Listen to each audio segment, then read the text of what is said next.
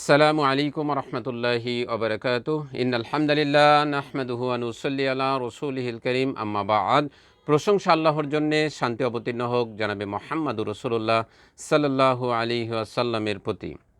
মানুষ মনে করে থাকে ইসলামিক পদ্ধতিতে পশু জবাই করে পশুকে অনেক কষ্ট দেওয়া হয়ে থাকে। জার্মানির হ্যানোভার ইউনিভার্সিটির একদল গবেষক তারা গবেষণা করেছেন। তাদের গবেষণার বিষয় ছিল দুইটি। ওয়েস্টার্ন ওয়ার্ল্ডে সিপিবি দ্বারা পশুটিকে প্রচুর পরিমাণে আঘাত করা হয় এবং এরপরে পশুটিকে জবাই করা হয়। দ্বিতীয়টি হচ্ছে ইসলামিক পদ্ধতিতে পশু জবাই করা।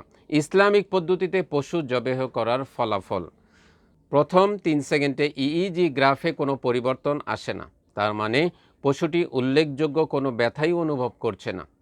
পরবর্তী 3 সেকেন্ডে ইইজি রেকর্ডে দেখা যায় পশুটি গভীর ঘুমে অচেতন অবস্থায় আছে। হঠাৎ প্রচুর পরিমাণে রক্ত বের হওয়ার কারণে ব্রেইনের মধ্যে রক্ত চলাচল বন্ধ হয়ে যাওয়ার কারণে এই অচেতন অবস্থা তৈরি হয়। উল্লেখিত 6 সেকেন্ডের পর ইইজি গ্রাফে 0 লেভেল দেখা যায়, তার মানে পশুটি কোনো ব্যথাই অনুভব করছে না। ব্রেইন থেকে কোনো সাড়া পাওয়া যাচ্ছিল না, হার্ট স্পন্দন হচ্ছিল, প্রচুর পরিমাণে খিঁচুনি হচ্ছিল এবং শরীর থেকে পর্যাপ্ত রক্ত বের হয়ে স্বাস্থ্যকর নিরাপদ মাংস ভোক্তার জন্য তৈরি হচ্ছিল। সিপিবি দ্বারা আঘাত করে পশুটিকে জবাই করা হয়। এর ফলাফল: সিপিবি দ্বারা পশুটির মাথায় প্রচুর পরিমাণে আঘাত করা হয়। এর মাধ্যমে মনে করা হয় পশুটি অচেতন হয়ে গেছে এবং কোনো ব্যথা সে অনুভব করছে না। কিন্তু ইইজি গ্রাফের মাধ্যমে বোঝা যাচ্ছিল পশুটি প্রচুর পরিমাণে ব্যথা অনুভব করছে। হঠাৎ করে হার্ট স্পন্দন বন্ধ হয়ে যাওয়ার কারণে পর্যাপ্ত পরিমাণে রক্ত বের হতে পারে না। এর ফলে ভোক্তার জন্য অস্বাস্থ্যকর অনিরাপদ মাংস তৈরি হচ্ছিল। ভারতে 1 কোপে পশুর মাথা ফেলে দেওয়া হয়।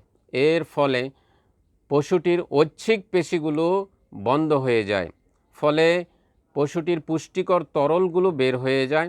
হঠাৎ করে হার্ট স্পন্দন বন্ধ হয়ে যাওয়ার কারণে শরীর থেকে পর্যাপ্ত রক্ত বের হতে পারে না। এর ফলে ভোক্তার জন্য অস্বাস্থ্যকর অনিরাপদ মাংস তৈরি হয়। উল্লেখিত গবেষণার মাধ্যমে আমরা বুঝতে পারি ইসলামিক পদ্ধতিতে পশু জবাই করা এটি সবচাইতে বিজ্ঞানসম্মত, ভোক্তার জন্য কল্যাণকর এবং পশুটির জন্য এটা কল্যাণকর। আশা করি আলোচনাটা বুঝতে পেরেছেন। আসসালামু আলাইকুম ওয়া রাহমাতুল্লাহি ওয়া বারাকাতুহু।